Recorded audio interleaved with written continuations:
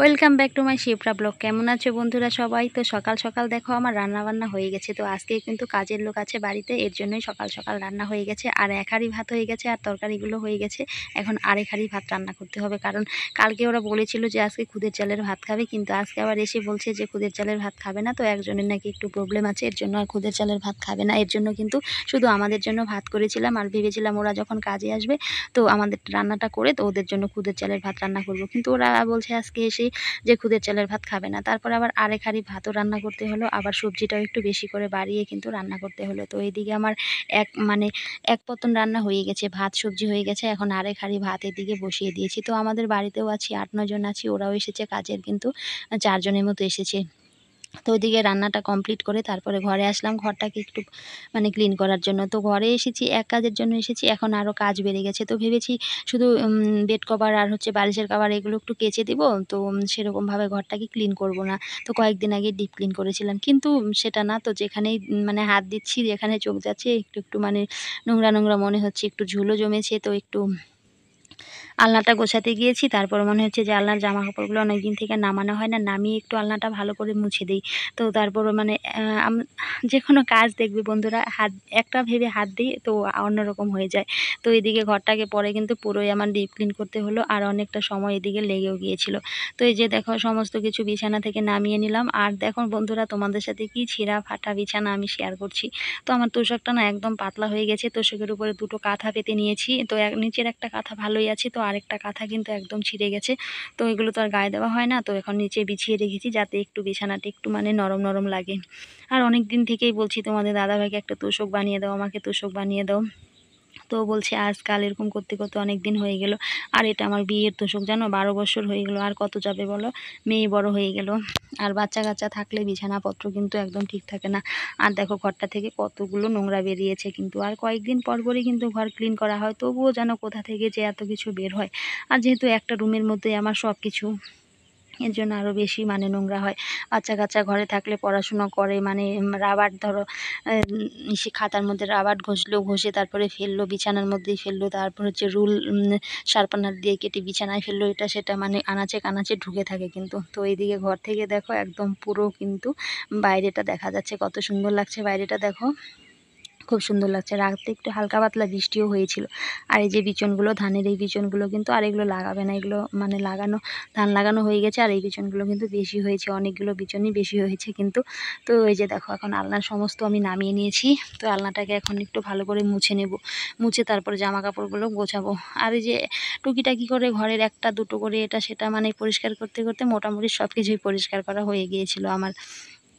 তো ওইদিকে আলনার এগুলো নামিয়ে তো এই জায়গাটা একটু ভালো করে ঝেড়ে তারপরে আলনাটাকে আবার ভালো করে গুছিয়ে রাখবো। আর এটা কিন্তু আমাদের গ্রামের বাড়িতে বেশিরভাগ বাড়িতেই থাকে কমন একটা জিনিস, আলনা। কিন্তু আমাদের যে প্রতিদিন রাফ ইউজের জামা কাপড়গুলো থাকে সেগুলো কিন্তু বেশিরভাগ আমরা আলনাতেই রাখি, আর আলনাটাকে ইউজ করা হয়।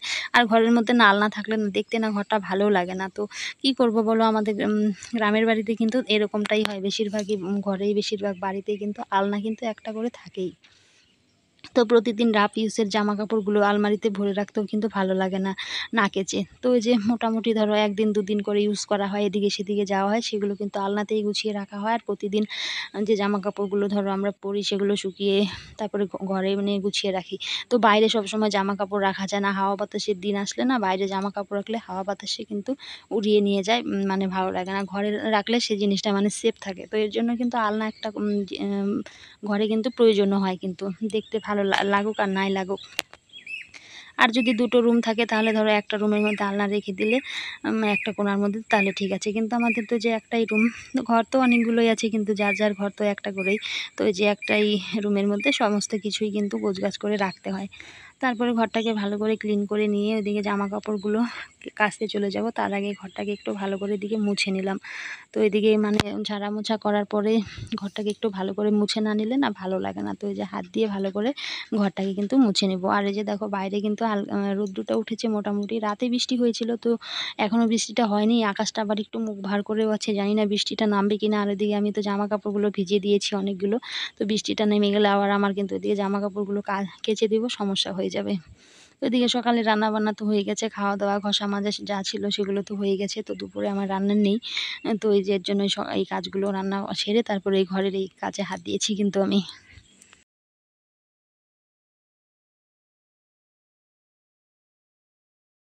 আর সকালে কিন্তু একবার স্নান সেরে নিয়েছি। স্নান করে কিন্তু ওইদিকে রান্নাবান্না করেছি। মানে একবার স্নান হয়ে গেছে অলরেডি। তো এই কাজগুলো করে আবার আমাকে স্নান করতে হবে। কারণ এই ঝাড়া, মোছা, ধোয়া, কাচা করে আবার স্নান না করলে কিন্তু একদমই ভালো লাগে না।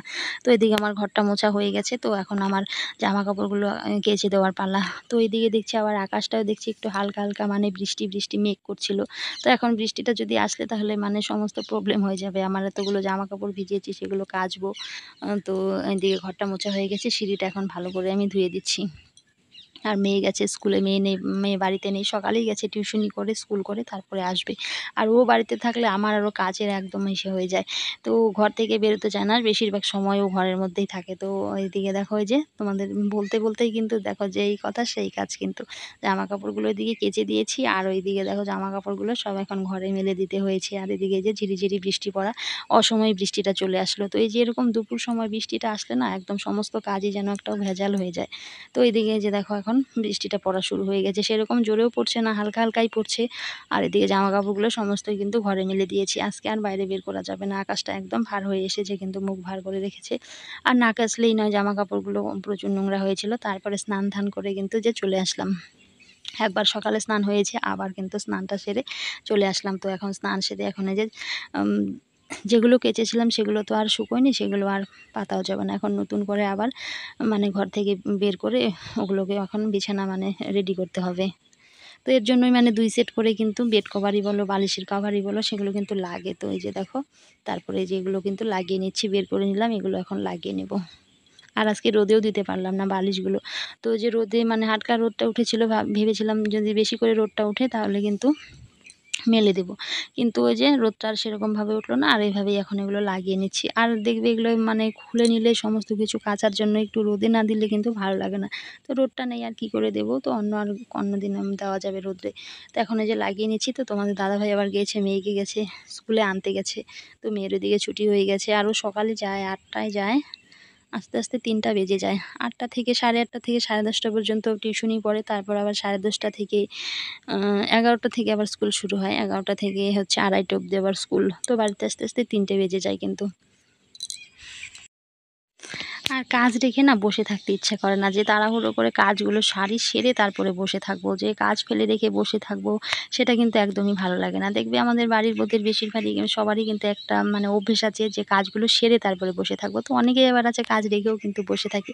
কিন্তু এই যে সময়ের মধ্যে কাজ শেষ করতে হবে সেটাও কিন্তু একটা চিন্তা আছে। তো এদিকে যে মেয়ে স্কুল থেকে আসার আগেই ভাবলাম তাহলে বিছানাটা গুছিয়ে ফেলি, কারণ আসলেই তো আবার স্নান-টান করবে, মেয়ে ওর বাবা বিছানায় গিয়ে গড়াগড়ি করবে। তো এর জন্যই আমি ভাবলাম না, এখন স্নানটা করে এসেছি আর বসবো না।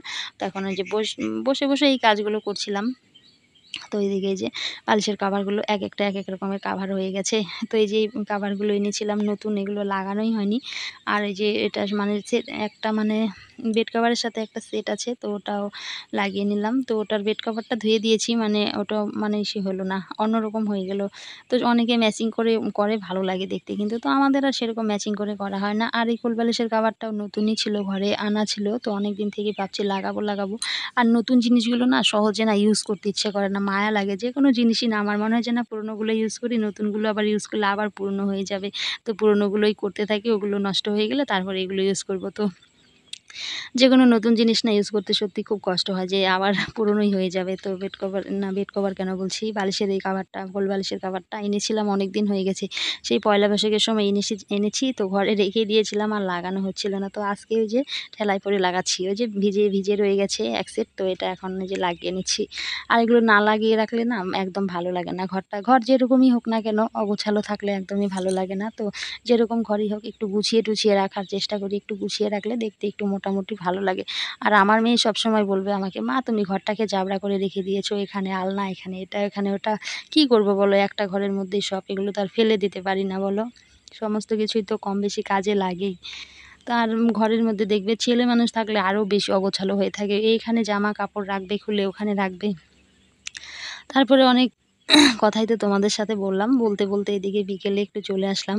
তো রাতের কাজটা বিকেলেই করে রাখছি। তো রাতে রুটি করতে হবে। আজকে ভাত কিন্তু অনেক কম রয়ে গেছে রাতের জন্য। এর জন্য অনেকগুলো আটা এখানটায় গুলে নিয়েছি আমি। ২ কেজির মতো আটা হবে। সবার জন্যই রুটি করে নেব। তো অল্প ভাত রয়ে গেছে। তো এর জন্য আটাটা এখন মাখিয়ে রাখি। রাতে শুধু গিয়ে ভেজে নেব। তো আগে মাখিয়ে রাখলে আটাটা না, রুটিগুলো কিন্তু বেশ ভালো হয় কিন্তু। আটাটা মানে সুন্দর হয়ে মানে ম্যারিনেট হয়ে থাকে, বেশ ভালো হয় কিন্তু। তো এই যে আটাটা এখন মেখে রেখে দিয়ে তারপরে সন্ধ্যেবাতি দিব, ঘরে জল টল ভরতে হবে। তো আটাটা এদিকে ছেঁকে নিলাম, ছেঁকে তারপরে আটাটাকে মেখে রেখে দিব।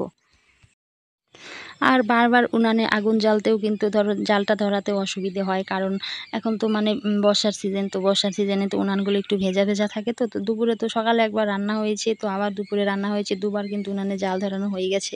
তো আবার রাতে ধরাতে হবে। এখন যদি আবার দুধ জাল করতে যাই, গায়ে দোয়ালে দুধটা জাল করতে হবে, আবার সেই রুটি করার সময় জাল ধরাতে হবে। এর জন্য ভাবলাম আটাটা এখন মেখে দিই, যখন মানে দুধটা জাল করব রাতের বেলাই করব, একবারে দুধটা জাল করে তারপরে রুটিটা ভেজে নেব ওই উনানেই, গরম উনানেই, তাহলে মানে সুবিধা হয়ে যাবে। তো এভাবেই আমাদের বুদ্ধি খাটিয়ে কিন্তু সংসারের কাজগুলো আমাদের বাড়ির বউদের কিন্তু করতে হয়। স্টেপ বাই স্টেপ কাজগুলো আমরা এভাবেই কিন্তু করি। তো এই যে আটাটা মেখে ঢেকে রেখে দেব। তারপর সন্ধ্যেবাতি দিয়ে সমস্ত কাজকর্ম সেরে আসলাম ঘরে। আর এসে দেখি মেয়ে দুনিয়ার ক্লের প্যাকেট নিয়ে বসে গেছে। ও ফুল বানাবে, কি একটা বানাবে। তো এর আগেও অনেক কিছুই বানিয়েছে। তো এই যে ও বসে বসে এখানটায় যে ফুলগুলো বানাচ্ছে। আর আমার মেয়ের যা ধৈর্য, এগুলো বানানোর এক্সপার্ট। ওকে ক্লে এনে দিলে আর কিছুই লাগে না ওর। তো এই যে পড়াশোনার মাঝে মাঝে এগুলোই করে। তাহলে বন্ধুরা, আজকের ভিডিওটা এখানেই শেষ করছি। Tata, by.